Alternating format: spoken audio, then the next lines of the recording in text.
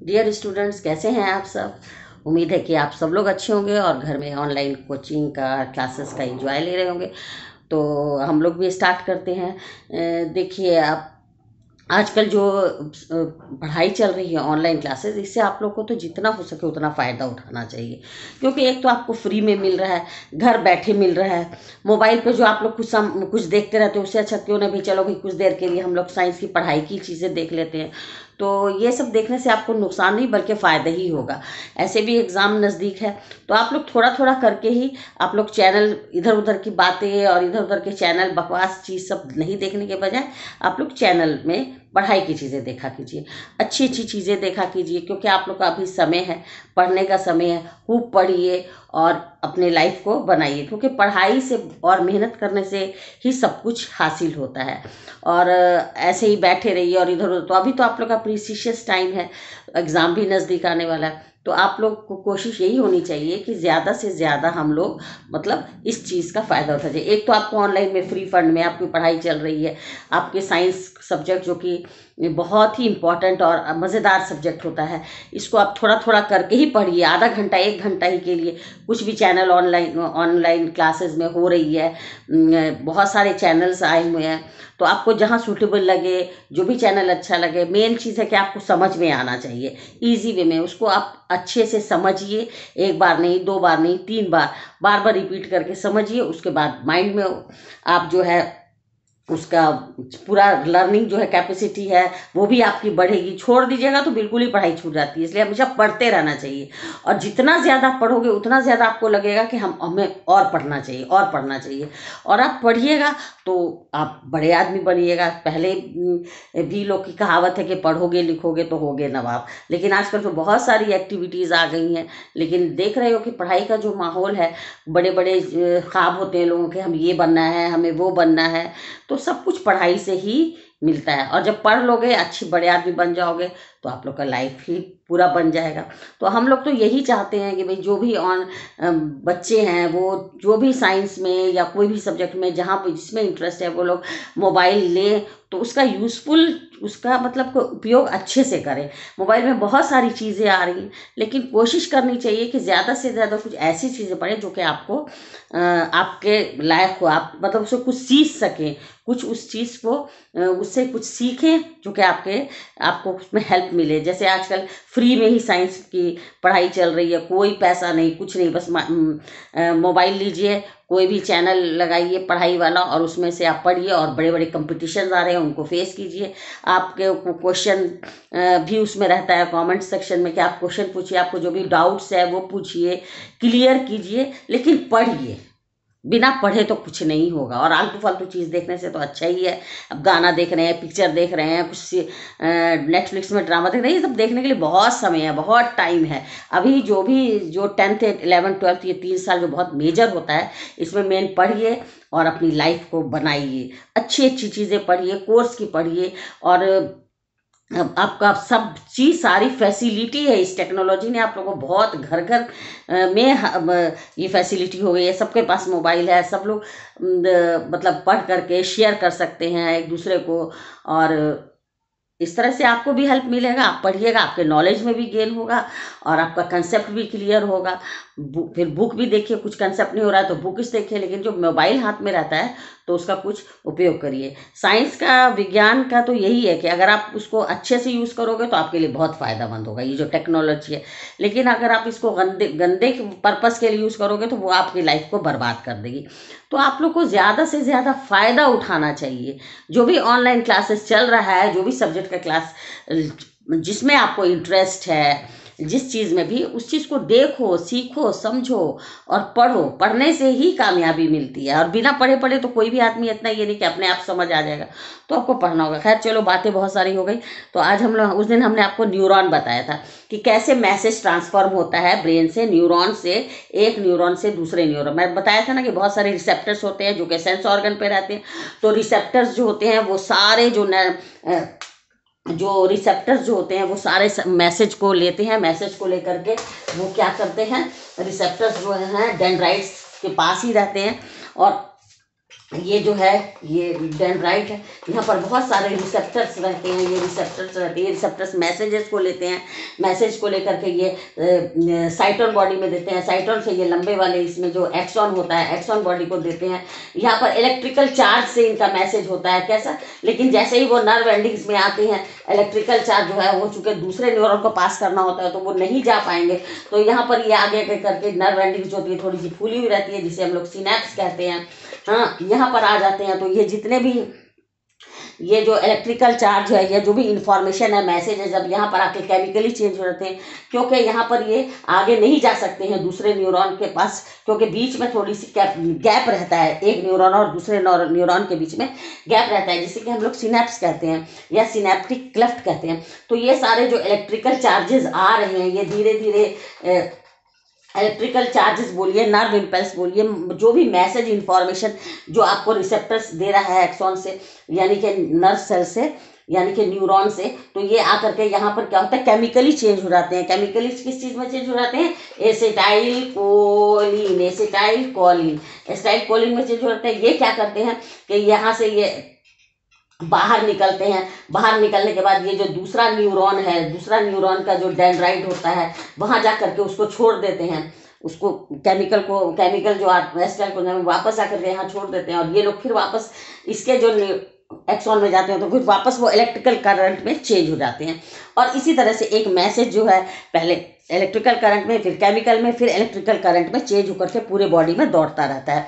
तो ये central nervous system जो है ये इसका हम एक फ्लो चार्ट आपको बना देते हैं जिससे कि आपको पता चले कि हमारा नर्वस सिस्टम जो है वो कैसे कैसे कितने पार्ट्स में डिवाइड होता है। तो ये जो है सेंट्रल नर्वस सिस्टम, इसको हम लोग सेंट्रल नर्वस सिस्टम इसलिए बोलते हैं कि ये हमारे बॉडी के बीचों बीच रहता है यानी सेंट्रल साइड रहता है। ये खोपड़ी है, ये ऊपर हड्डी है, इसको हम लोग स्केल बोलते हैं।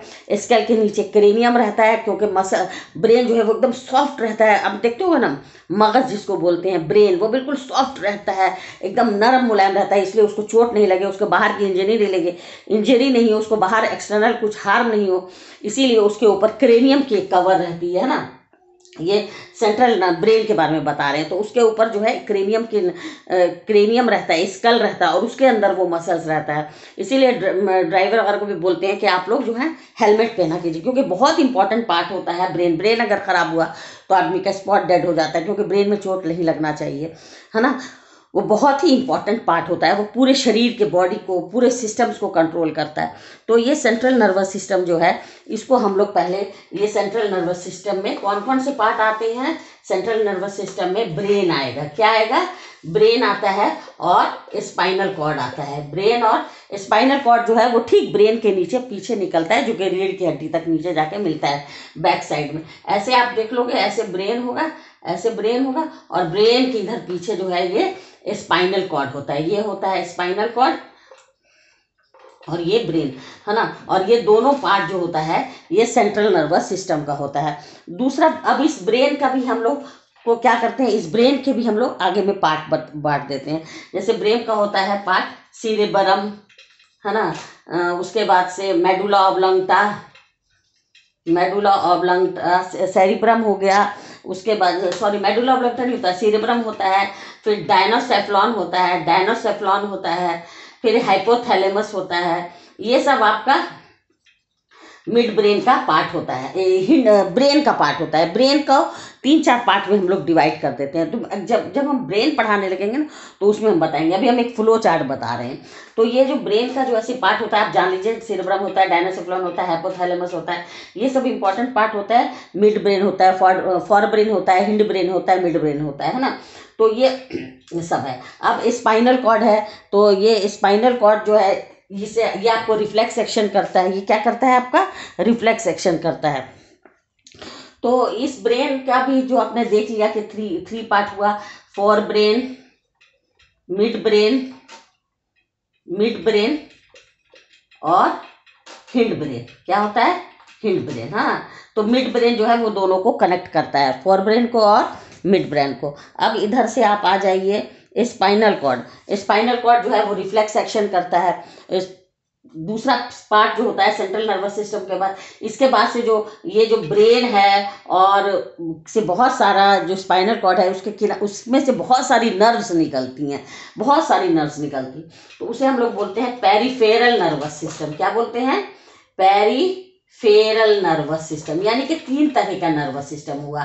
सेंट्रल नर्वस सिस्टम जिसमें आता है ब्रेन और स्पाइनल कॉर्ड, और आपका ये सेकंड वाला जो होता है वो होता है पेरिफेरल नर्वस सिस्टम। क्या होता है? Peripheral nervous system. ये पेरिफेरल नर्वस सिस्टम क्या होता है? ये जो ब्रेन से और स्पाइनल कॉर्ड से जितनी भी नस निकलती है, यानी नर्व्स निकलती है, उसे हम लोग पेरिफेरल नर्वस सिस्टम कहते हैं। तो अब आपको बताइए, इसमें जैसे ब्रेन से जितनी भी तरह की नर्व्स निकली उसको हम लोग बोलते हैं क्रेनियल। क्या बोलते हैं? Cranial nerves. क्रेनियल मतलब क्रेनियम से बना है, जो ब्रेन की जो ऊपर की कवरिंग रहती है जिसको हम लोग क्रेनियम कहते हैं। तो क्रेनियल नर्वस सिस्टम है ना, और क्रेनियल नर्व्स बोलते हैं। तो ये कितना होता है? क्रेनियल नर्व्स बोलो, नर्वस सिस्टम में नर्व्स। तो ये टोटली कितना होता है? ये 12 पेयर होता है, 12 जोड़ा। कितना? 12 जोड़ा। यानी कि ब्रेन से जैसे निकल रहा है, ये ब्रेन से जो निकल रहा है ना, तो इसे हम लोग बोलते हैं क्रेनियल। और इधर से जो निकल रहा है इसे हम लोग बोलते हैं, यानी स्पाइनल से स्पाइनल नर्व्स। क्या बोलते हैं? Spinal nerves. ये टोटली कितना होता है? ये होता है 31 इम्पेयर्स। ये पूरे बॉडी में चले जाते, किनारे किनारे। पेरीफेरी मीन्स किनारा किनारे। यानी ब्रेन से जो नर्व्स निकलती है उसे हम लोग क्रेनियल नर्व्स बोलते हैं, जो कि 12 जोड़ा में होती है, 12 पेयर्स। याद रखिए, है ना, ऐसे याद रखो। 12 पेयर कैसे याद रखोगे? 2 और 1 3, और ABC 3। तो थर्ड नंबर होता है C का, है ना, A का 1, B का 2 और C का 3। तो 12 याद रखोगे, 2 + 1 3। तो क्रेनियल नर्व्स हमेशा कितनी होती है? 12 पेयर्स। और स्पाइनल नर्व्स कितना होता है? 31। कितना होता है? 31 नर्व्स हो गया। और एक और नर्वस सिस्टम होता है autonomous nervous system. Autonomous nervous system जो कि अपने आप एक्शन करता है। जैसे कि हम लोग बाहर कहीं घूमने गए और आँख हमारी मतलब जैसे बाहर हम लोग कहीं जा रहे हैं, बहुत गर्मी लग रही है, तो हम लोगों ने ऐसे आँख हाथ कर लिया, तो ये सब अपने आप, जैसे हमारी आँख की जो ब्लिंकिंग हो रही है, या हमारा हार्ट वर्क कर रहा है, या हमारे इंटेस्टाइन के अंदर जो पेरिस्टाल्टिक मूवमेंट हो रही है जिस पर हमारा कंट्रोल नहीं है, इन्वॉल्वंटरी एक्शन, तो ये सारा जो है ऑटोनोमस नर्वस सिस्टम बस उसी को करता है। हाँ, कुछ तो ऐसी चीज़ें हैं जिस पर हमारा इख्तियार है, मतलब हम लोग उसको कंट्रोल कर सकते हैं, उसे हम लोग वॉलेंट्री एक्शंस कहते हैं। और कुछ चीज़ें ऐसे हैं जिस पर हम लोग नहीं, जैसे हार्ट चलना है, इंटेस्टाइन का काम होना, या बॉडी के अंदर सारा वर्क हो रहा है, ब्लिंकिंग ऑफ आइज हो गई, प्यूपिल का बढ़ना सिकुड़ना, है ना, तो वो सारे को कौन कंट्रोल करता है? Autonomous nervous system. Autonomous nervous system भी आपको अब 2 टाइप्स का होता है, ठीक है। ऑटोनोमस नर्वस सिस्टम भी होगा, वो आपको ऑटोनोमस नर्वस सिस्टम, ये भी 2 टाइप्स का होगा। एक हुआ सिंपैथेटिक और एक हुआ सिंपैथेटिक, है ना। तो आप समझ गए, एक फ्लो चार्ट समझ गए कि जो आपका सेंट्रल नर्वस सिस्टम है उसको हम लोग 2 पार्ट्स में डिवाइड करते हैं, ब्रेन और स्पाइनल कॉर्ड। और सेकंड हुआ पेरिफेरल नर्वस सिस्टम, थर्ड हुआ ऑटोनोमस नर्वस सिस्टम। जो पेरिफेरल नर्वस सिस्टम है उसमें हम लोग उस नर्व्स को जोड़ते हैं जो कि ब्रेन से निकलता है, जैसे क्रेनियल नर्व्स, और जो स्पाइनल से निकलता है उससे स्पाइनल कॉर्ड। तो क्रेन से जो निकलता है वो 12 इम्पेयर्स होता है, और जो स्पाइनल से नर्व्स निकलता है, जो स्पाइनल नर्व्स होता है वो 31 होता है। ऑटोनोमस नर्वस सिस्टम भी फिर 2 टाइप्स का होता है, सिंपैथेटिक और पैरासिम्पैथेटिक। सिंपैथेटिक वो हुआ जैसे कि हम लोग बाहर जा रहे हैं, प्यूपिल का बढ़ना सिकुड़ना, अंधेरे कमरे में गया तो हम लोग ज़्यादा से ज़्यादा लाइट एंटर करते, तो हम लोग ऐसे देखते हैं ताकि ज़्यादा से ज़्यादा, तो ये हम लोग अपने आप बॉडी इसको करती है, हमारे उस पर कोई ये नहीं है, ब्लिंक हो रहा है आँख, वो सब जो चीज़ पर हमारा कंट्रोल नहीं है वो उसको कंट्रोल करते हैं सिंपैथेटिक नर्वस सिस्टम। और ये जो वापस ले आता है नॉर्मल, ये है पैरासिम्पैथेटिक। समझ में आ गया ना। तो जैसे कि प्यूपल अंदर बढ़ रहा है तो ये हो गया ज़्यादा, मतलब कंट्रोल हम नहीं कर रहे हैं, हमारा बॉडी खुद से इसको ये कर रहा है, तो एक्सपेंशन, तो वो सिंपैथेटिक नर्व करता है। फिर हम लोग जब बाहर निकल गए या कहीं भी हम लोग जा रहे हैं तो हमारा आँख फिर नॉर्मल कंडीशन में हो गया, तो उसे हम लोग कहते हैं पैरासिम्पैथेटिक। नॉर्मल चीज़ करना पैरासिम्पैथेटिक और सिंपैथेटिक मतलब जो हम लोग एक्साइटमेंट में, या जैसे किसी अंधेरे कमरे में हम लोग चले गए तो हम लोग को कुछ नज़र नहीं आ रहा है, हाँ, तो हमारी अंदर की प्यूपिल जो है वो बड़ी होगी ताकि कुछ भी लाइट आपको नजर आए कि आप कुछ देख सके। तो ये आप नहीं करते हो बल्कि आपकी बॉडी करती है। तो ये हो गया सिंपैथेटिक। तो ये आप एक फ्लो चार्ट समझ गए। ये सेंट्रल नर्वस सिस्टम जो है, जो हमारा ह्यूमन नर्वस सिस्टम है, उसको हम लोग 3 पार्ट्स में डिवाइड करते हैं। पहला सेंट्रल नर्वस सिस्टम, दूसरा पेरिफेरल नर्वस सिस्टम, तीसरा autonomous nervous system. Central nervous system में 2 चीज आता है, ब्रेन और स्पाइनल कॉर्ड। समझ में आ गया। ब्रेन का भी बहुत सारा पार्ट होता है, जैसे fore brain, mid brain, hind brain, है ना। तो जब हम लोग ब्रेन पढ़ाएंगे ना उसमें उसका टोटली बताएंगे। ये फ्लो चार्ट है। सेकंड है आपका peripheral nervous system. Peripheral nervous system जो ब्रेन और स्पाइनल कॉर्ड से जितने भी नर्व्स निकलती है, जो कि साइड साइड यानी कि सेंट्रली लोकेटेड नहीं है, सेंट्रली लोकेटेड ब्रेन है, जो साइड साइड निकलती है, जो कि पूरे बॉडी पार्ट्स में जाती है, वो हो गया आपको पेरिफेरल नर्वस सिस्टम। उसमें जो ब्रेन से जो नर्व निकलनी है, the nerve which arises from the brain, that is known as cranial nerves. Cranial nerves, उनका नंबरिंग कितना होता है? 12 पेयरी नंबर होता है। 12 से याद रखो 2 और 1 3 और ABC 3। तो क्रेनियल नर्व्स आप हमेशा बोल दीजिएगा 12 इन पेयर। और आपका वो हो जाता है स्पाइनल नर्व, वो आपका स्पाइनल कॉर्ड से निकलता है। स्पाइनल कॉर्ड का क्या फंक्शन होता है? रिफ्लेक्स एक्शन करना, है ना। जैसे किसी चीज को, गर्म चीज को छू लिया, तुरंत हाथ उठा लिया, रिफ्लेक्स एक्शन, बिना कुछ सोचे जो एक्शन लिया जाता है उसे हम लोग रिफ्लेक्स एक्शन कहते हैं। फिर आपका थर्ड हो गया ऑटोनोमस नर्वस सिस्टम। इसमें भी 2 होता है, सिंपैथेटिक और पैरासिम्पैथेटिक। तो समझ गए ना, मेनली ये फ्लो चार्ट है, इसको याद रखिए। अब हम लोग पढ़ेंगे, अब हम लोग क्या पढ़ेंगे? अब हम लोग पढ़ेंगे कि सेंट्रल नर्वस सिस्टम में जो ब्रेन होता है वो किस तरह का होता है ना। यानी आपको पता है कि सेंट्रल नर्वस सिस्टम में 2 पार्ट होता है। क्या होता है? ब्रेन। तो ब्रेन हम लोग ऐसे बनाएंगे, ऐसे ऐसे बनाइए, ऐसे करके, है ना, ऐसे करके बनाइए। और ये इधर ये स्पाइनल कॉर्ड है, ये इसमें ब्रेन है, ये, है ना। तो ये ब्रेन जो है हमारे बॉडी में ऊपर में सर में एक स्कल के अंदर ये छोटा सा ब्रेन रहता है ना। ये ब्रेन के ऊपर भी एक कवरिंग रहती है। क्या रहती है? एक कवरिंग रहती है। क्यों कवरिंग रहती है? हर तरह से उसको प्रोटेक्ट किया गया है ताकि कोई भी बाहर की इंजरी है या एक्सटर्नल हार्म में या गिरो तो उसमें चोट नहीं लगे, क्योंकि ये बहुत ही इंपॉर्टेंट पार्ट है। अगर ब्रेन में जरा सा भी चोट लग जाएगा तो ब्रेन अगर डैमेज होगा तो आदमी या तो बोल नहीं पाता है, या तो एबनॉर्मल हो जाता है, या फिर सब पागलपन उसमें आ जाता है। कोई भी उसका सेंस और ऊपर का जो ब्रेन का जो नर्व्स है वो दबना नहीं चाहिए, है ना।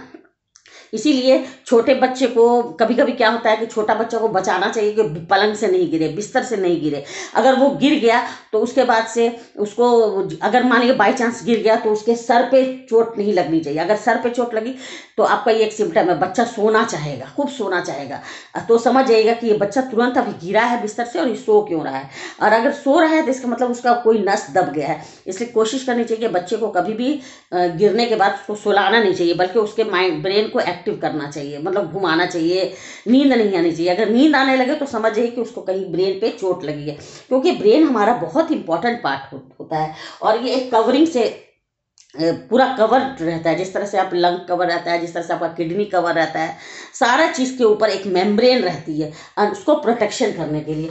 तो इसमें जो रहता है इसको हम लोग बोलते हैं मेनेंजिस, है ना। जो बोलते हैं मेनेंजाइटिस हो गया, बुखार आ गया, सर में दर्द होता है ना, मेनेंजाइटिस। तो मेनेंजाइटिस एक तरह का पागलपन है। क्या होता है कि जब इसमें चोट लगती है तो ये ब्रेन में अगर चोट लगी तो ब्रेन सूज जाता है, फूल जाता है। और फूलने के बाद क्या होता है, जब वो फूल जाएगा, चोट लग जाएगा, तो वो स्कल के नज़दीक आ जाता है और वो आदमी उसमें से थोड़ा सा एबनॉर्मलिटी जाहिर होने लगती है।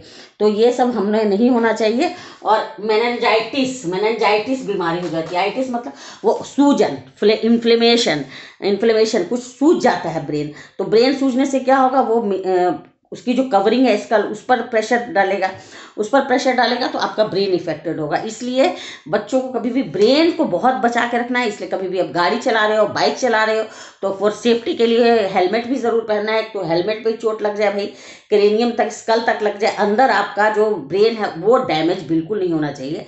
इसलिए कभी भी ड्राइव करो, कुछ करो तो हेलमेट ज़रूर पहनो। इसके पीछे भी एक रीज़न है, क्योंकि आपका सर में चोट नहीं लगना चाहिए। क्योंकि सर जो है वो एक नसों का गुच्छा है और वो बहुत सॉफ्ट होता है। कहीं पर भी गिर के वो दब गया, कट छट गया, उसमें से ब्लड आने लगा तो वो बहुत ही फिर हार्मफुल होता है बॉडी के लिए। तो इस तरह से ये आपका जो ब्रेन है वो सेंट्रली लोकेटेड होता है। सेंट्रली लोकेटेड होता है, उसके पीछे पीछे जो है वो एक स्पाइनल कॉर्ड निकलता है, इसके ऊपर एक कवरिंग रहती है जिसे हम लोग मेनिंजाइटिस कहते हैं। और मेनिंजाइटिस आइटिस मतलब होता है इन्फ्लेमेशन, कुछ भी अगर सूज गया तो ये मेनिंजाइटिस में आदमी बहुत बुरी तरह से सफ़र करता है, सर दर्द होता है, उसको पागलपंथी टाइप का दौरा पड़ने लगता है। इसलिए ये सब नहीं होना चाहिए। और हमेशा एक लेयर और 2 लेयर के बीच में एक फ्लूइड भी रहता है, एक फ्लूइड रहता है जो कि उसको इंजरी से, एक्सटर्नल इंजरी से बताता है, जिसको हम लोग बोलते हैं सीरिब्रो स्पाइनल फ्लूइड। सीरिब्रो स्पाइनल फ्लूइड, ये फ्लूइड भी उसको बचाता है ब्रेन को। तो ये एक ब्रेन आपका बहुत इंपॉर्टेंट होता है, इम्पॉर्टेंट पार्ट होता है।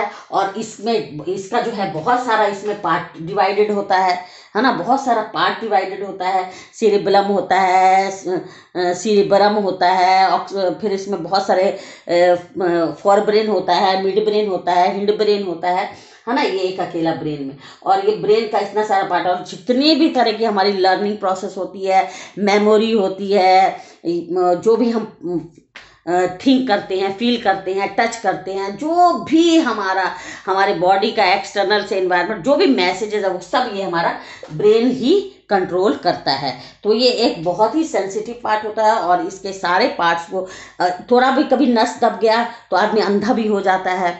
कभी कभी ऐसा होता है कि कोई मेमोरी चली जाती है, फिर उसी जगह पर एक्सीडेंट होता है तो मेमोरी वापस भी आ जाती है, सब होता है ब्रेन। तो ब्रेन हमारा बहुत ही इंपॉर्टेंट पार्ट होता है हमारी बॉडी का, ठीक है ना।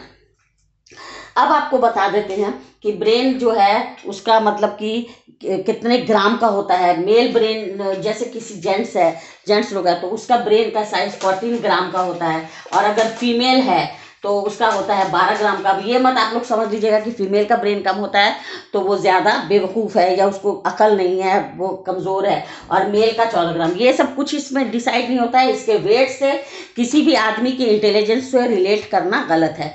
ये जो आदमी ब्रेन से ज़्यादा वर्क करेगा, ज़्यादा उसका पोर्शन यूज़ करेगा ब्रेन का, ज़्यादा थिंकिंग करेगा, ज़्यादा पजल्स खेलेगा, ज़्यादा क्रॉसवर्ड खेलेगा, पजल्स एंजॉय करेगा, जो ज़्यादा मेहनत करेगा उसका ब्रेन ज़्यादा एक्टिव होता है। और जो ब्रेन को छोड़ देगा, बिल्कुल भी कोई काम नहीं करना है, तो उसका ब्रेन कमज़ोर होगा। ये वेट से उसका कोई लेना देना नहीं इंटेलिजेंस का। इसीलिए लोग कहता है कि पढ़िए, जितना पढ़िएगा उतना आपको मन करेगा हम और पढ़ें और हम ज़्यादा नॉलेज गेन करें। तो जो जितना ज़्यादा नॉलेज गेन करेगा उसका ब्रेन पता चलता है कि इसका ब्रेन कितना इंटेलिजेंट है, ये कितना आदमी इंटेलिजेंट है। और जो छोड़ देगा उसका ब्रेन का तो ऊपर ही वाला हाफिज है। तो इसीलिए ये वेट से कोई मतलब नहीं है किसी के इंटेलिजेंस का। मेरा 14 ग्राम है तो हम ज़्यादा इंटेलिजेंट है, और लेडीज़ लोग का 12 ग्राम है तो कमज़ोर है, ऐसा कुछ नहीं है। अब हम आपको एक बात बताते हैं कि इस किस चीज़ पर डिपेंड करता है कि आपका ब्रेन जो है, ये आप कितने स्मार्ट हो, आप कितने इंटेलिजेंट हो, आप कितना मेमोरी। ये ब्रेन जो आप लोग देखिएगा ऐसे करके, ये ब्रेन, तो ब्रेन्स में जो अंदर ऐसे ब्रेन है, इस ब्रेन में बहुत सारे ऐसे इस तरह के लॉब्स रहते हैं, इस तरह का ब्रेन के अंदर बहुत सारा लोब्स, उसमें छोटा छोटा देखोगे, मगज कभी लाओ या कुछ भी ऐसे ब्रेन देखो तो उसमें आप वाइट कलर का देखोगे कि उसमें इस तरह का बना रहता है, ये खांचा टाइप का है ना, इस तरह का। तो इसको हम लोग क्या, ये जो चीज़ जो बना रहता है यही बताता है कि आप कितने इंटेलिजेंट हैं। जब आप ज़्यादा मेहनत कीजिएगा, ज़्यादा पढ़ाई कीजिएगा, तो जितने भी मैसेज हैं ये स्पेस को ये बढ़ाएंगे, और इनके अंदर सारा मैसेजेस स्टोर रहता है। ये सारा मैसेजेस जो है इसके अंदर, आप जितना ज़्यादा मेहनत कीजिएगा, जितना ज़्यादा पढ़िएगा, उतना ये स्ट्रेच होगा और उतने ज़्यादा ये ग्रूव बनेंगे। ये ग्रूव, तो जितने ज़्यादा ग्रूव बनते जाएंगे, ये उतना ही ज़्यादा आपसे पता चलता है कि आप कितने इंटेलिजेंट हैं, आपका दिमाग कितना है। ये नहीं कि छोड़ दोगे तो वो सिकुड़ के ख़त्म हो जाएगा, और जितना पढ़ोगे उतना ग्रूव्स बनेगा, उतना इंफॉर्मेशन उसके अंदर एम्बेडेड होगा। और ये सारा इससे पता चलता है कि जो अल्बर्ट आइंस्टाइन था उसमें ये बहुत ही ज़्यादा था, तो इसने एक्स्ट्राऑर्डिनरी काम भी किया अल्बर्ट आइंस्टाइन ने। तो ब्रेन देख के ही पता लगा था। वो बड़ी लंबी कहानी है कि उसके ब्रेन को कैसे कैसे लोगों ने, जब वो डेड कर गया तो उसके ब्रेन को काट के उस पर एक्सपेरिमेंट किया गया, पता लगाया गया कि आखिर इसके ऐसे ब्रेन में क्या था जो भी इसने ऐसा ऐसा काम किया। तो वो अपने ब्रेन को यूटिलाइज करता था, ब्रेन से वर्क करता था, ब्रेन से ज़्यादा सोचता था। तो जितना ज़्यादा वो ब्रेन से वर्क करता था उतना उसका ये जो ब्रेन का जो ग्रूव था, ये नीचे वाले पोर्शन को ग्रूव्स बोलते हैं, ग्रूव्स बोलते हैं, और ये ऊपर वाले को क्या बोलते हैं, गायरी बोलते हैं, है ना, गायरी बोलते हैं। तो इससे जो है ये सब जितना वर्क करता था ये फैलता जाता था, और इसके बीच में उसकी पढ़ाई वाला इंफॉर्मेशन यूज होता था, और इससे पता चलता था कि वो आदमी कितना इंटेलिजेंट है। तो यही रिस्पॉन्सिबल होता है किसी भी आदमी के इंटेलिजेंस, ना कि ये वेट, क्या आपका 14 ग्राम है तो आप बहुत वेट वाले, आप बहुत इंटेलिजेंट है, और मेरा 12 है तो आप कम है, ये नहीं होता है। तो मेन जो है आपका, ये आपको सीरेब्रम में होता है, ब्रेन का जो ऊपर वाला पार्ट होता है। और ब्रेन जो है, जो पहला पार्ट जो होता है सीरेब्रम, वो पूरे ब्रेन के 2/3 पार्ट में रहता है। तो इसी तरह से अब आप समझ जाइए। तो इसे हम लोग बोलते हैं गायरी, और इसको हम लोग बोलते हैं सल्कस। इसको क्या बोलते हैं, सल्कस। तो ये रिस्पॉन्सिबल है, गायरी और ये सल्कस, ये दोनों रिस्पॉन्सिबल है कि आप कितने इंटेलिजेंट हैं। और इस तरह का ये जो बना रहता है, इस तरह का खांचा, इसको हम लोग बोलते हैं रिजेस। क्या बोलते हैं, रिजेस, रिजेस। और ये गायरी और ये सल्कस, और ये सब में पूरा मैसेज इन्फॉर्मेशन रहेगा। आप जितना पढ़ाई कीजिएगा, जितना मेहनत कीजिएगा, जितना वर्क कीजिएगा, जितना पजल पढ़िएगा या एक्सरसाइज या जो मेहनत वाला काम है जिसमें थोड़ा सा दिमाग यूज़ हो, ब्रेन यूज़ हो, तो इसका जो ये एरिया सरफेस है वो ब्रेन का बढ़ता जाता है और बढ़ता रहता है। तो उससे आप, और जितना आप उसको ये कीजिएगा उतना ज़्यादा आपका इंफॉर्मेशन, मैसेजेस, उसमें नॉलेज सब उसमें भरता जाएगा, और जब आपको ज़रूरत होगी तो वो वापस मेमोरी जो है, मेमोरी में आपको मैसेज आपको पता चलता जाएगा। और जो वर्क ही नहीं करेगा उसका ये इतना कम रहेगा, तो इतना कम रहेगा तो कहाँ से उसका दिमाग आएगा, है ना। उसको दिमाग ही नहीं है, लोग बोलते हैं उसको दिमाग ही नहीं, पढ़ता ही नहीं। अरे आप पढ़ोगे पढ़ोगे तब ना ये इसका भी यूटिलाइज होगा ब्रेन का। तो पढ़ना चाहिए, पढ़ने से ही आपके ब्रेन का एक्सरसाइज भी होता है, और ब्रेन का जो ये गायरी और सल्कस है, इसके जो ग्रूव्स हैं, इसके अंदर मैसेजेस, इंफॉर्मेशन होते हैं। तो ये बहुत इंपॉर्टेंट होता है, और ये आपके ब्रेन के पार्ट्स में, जो कि 2/3 पार्ट कवर रहता है ब्रेन का, सीरिब्रम। सीरिब्रम जो है ब्रेन का फोर ब्रेन होता है, यानी आगे वाला पार्ट होता है, और उसमें बहुत सारा मतलब कि जितना भी इंटेलिजेंस हुआ, मेमोरी हुआ, आपका फील हुआ, टच हुआ, उसका अलग अलग पार्ट भी होता है ना, साइट हुआ, विजन हुआ, लर्निंग हुआ, फिर आप जो भी आप देख रहे हो उसको, मेमोरी, सब कुछ इसी में ही इम्बेडेड होता है, इस रीजेस में ही। तो ये आपका हो गया। और मेन जो है ये 3 पार्ट्स हो गया। तो ये हम लोगों ने ब्रेन के बारे में पढ़ लिया कि ब्रेन किस तरह का है। ये गायरी और सल्कस मेन यही आपको बताता है, जो कि ब्रेन जिस तरह से आपने ये ब्रेन देखा, ये स्पाइनल कॉर्ड है। अभी हम लोग ब्रेन नहीं पढ़ेंगे, ये ब्रेन हुआ, इधर से ये स्पाइनल कॉर्ड निकला, और इसमें ये 3 लेयर होता है, मेनिंजाइटिस होता है, दोनों के बीच में फ्लूइड होता है, और इसमें आप देख लोगे ये ब्रेन इस तरह का ये होता है ना, इसी तरह से ये रहता है, रिजेस रहता है, और इसी में ही इंटेलिजेंस और ये स्टोर रहता है। ये नहीं क्या फीमेल का है 12 ग्राम का और मेल का है 14 ग्राम, तो ये चीज़ शो नहीं करता है। किसी किसी का इतना बड़ा भी ब्रेन रहेगा लेकिन वो वर्क ही नहीं करेगा, उसके ग्रुप में इंफॉर्मेशन मैसेज कुछ रहेगा नहीं, तो उसका वो बुद्धिमान नहीं कहलाया। तो ये आपका मेन ब्रेन का पार्ट हो गया है। अब हम लोग ये जो ब्रेन है इसका जो 3 पार्ट होता है, एक होता है यहाँ पे, ये जो पार्ट को हम लोग बोलते हैं सीरेब्रम, ये 2/3 पार्ट होता है, और यहाँ पे नीचे बीच में ही एक ऐसे करके होता है जिसे हम लोग बोलते हैं मिड ब्रेन होता है, थोड़ा सा पीछे साइड, है ना। और यहाँ पर नीचे में यहाँ पर थोड़ा सा कलर हम लोग अगर चेंज कर दें, ये इस तरह से मिड ब्रेन होता है, और ये नीचे से मेडुला ऑब्लांगटा निकल गया, मेडुला ऑब्लांगटा, और नीचे हिंड ब्रेन होता है, हिंड ब्रेन, है ना। मिड ब्रेन क्या करता है, हिंड ब्रेन और फोर ब्रेन को कनेक्ट करता है। क्या करता है, कनेक्ट करता है। जो मिड ब्रेन होता है वो फोर ब्रेन और जो हिंड ब्रेन होता है वो दोनों का कनेक्टिव पॉइंट होता है। तो मेन आपका जो होता है वो सीरेब्रम ही होता है, जो कि आपका फोरब्रेन का पार्ट है। इसमें कुछ कंफ्यूजन नहीं है, बहुत इजी है। यानी जो हम लोग अब फोरब्रेन जो हम लोग पढ़ेंगे ये होता है सीरेब्रम। जैसे कि आप लोगों ने देख लिया कि ये एक स्पेयर है, ये क्या है, इसको जब हम लोग ऐसे, एक स्पेयर है, ये क्या है, स्पेयर यानी गोल है। इसको जब हम लोग ऐसे काट देंगे बीचों बीच तो ये हेमिस्फीयर बन जाएगा, है ना। तो इसी तरह से, और यहाँ पर रिज होता है, ये रिजेस होते हैं। तो इसीलिए फोर ब्रेन जो होता है इसको जब हम लोगों ने दो पार्ट में काट दिया तो एक हो जाता है right cerebral hemisphere, cerebral hemisphere, और एक हो जाता है लेफ्ट सेरिब्रल हेमिस्फीयर। तो ये सबसे बड़ा पार्ट होता है, यानी कि पूरे ब्रेन में यही होता है जो कि मेन होता है, और सारा चीज, सारा फंक्शन, सारा कुछ जो हमारे बॉडी एक्टिविटीज होती है वो जनरली इसी पोर्शन में होता है, फोर ब्रेन में। तो आज हम लोग फोर ब्रेन नहीं पढ़ेंगे, ये हम कल पढ़ेंगे। आज हमने यही बताया एक फ्लो चार्ट कि ह्यूमन नर्वस सिस्टम को टू पार्ट्स में डिवाइड करते हैं, सेंट्रल नर्वस सिस्टम और peripheral nervous system. Central nervous system में दो पार्ट होता है, ब्रेन और स्पाइनल कॉर्ड।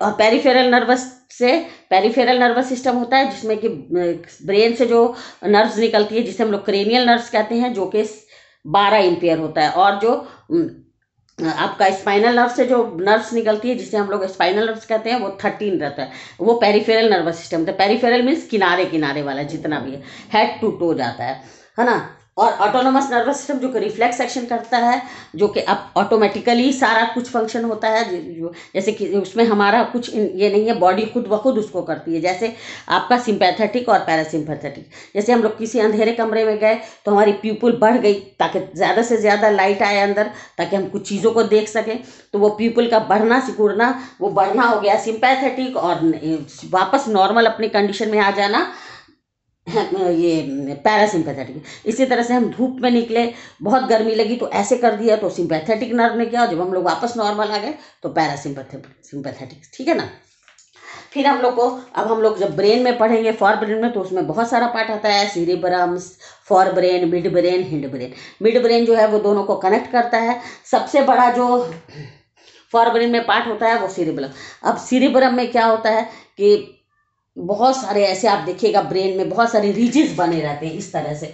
इसी रीजेस में, इस तरह के जो रीजेस बने रहते हैं, इसे ऊपर में हम लोग गायरी बोलते हैं और इसको हम लोग बोलते हैं सल्कर। और ये इंफॉर्मेशन इसी में जमा रहता है।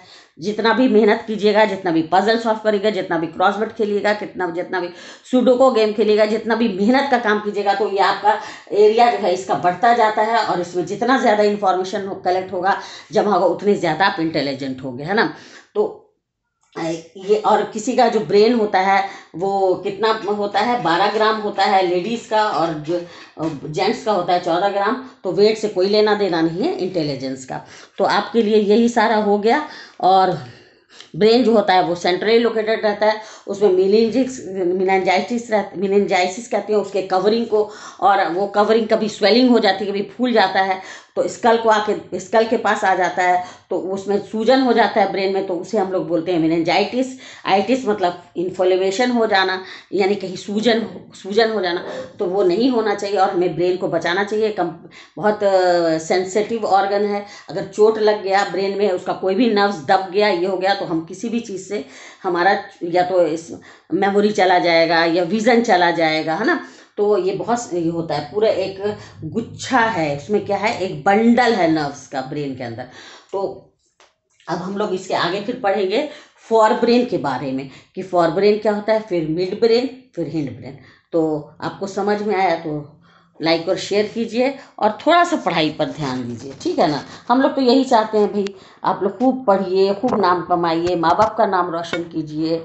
आप लोग को फ्री में पढ़ाई मिल रहा है, कुछ नहीं टेंशन, बस सुनिए, समझिए, और उसको माइंड में, उसको जितना पढ़िएगा, मेहनत कीजिएगा। आपको बता ही दिए हैं क्या, कि जितना पढ़िएगा, मेहनत करिएगा, आपको उस चीज़ से अट्रैक्शन हो। छोड़ दीजिएगा, जितना छोड़िएगा वो छूटता ही जाएगा। इसलिए एक आध घंटा किसी भी वक्त लेके पढ़िए, मोबाइल में अच्छी चीज़ें देखिए। ठीक है, ओके, टेक केयर।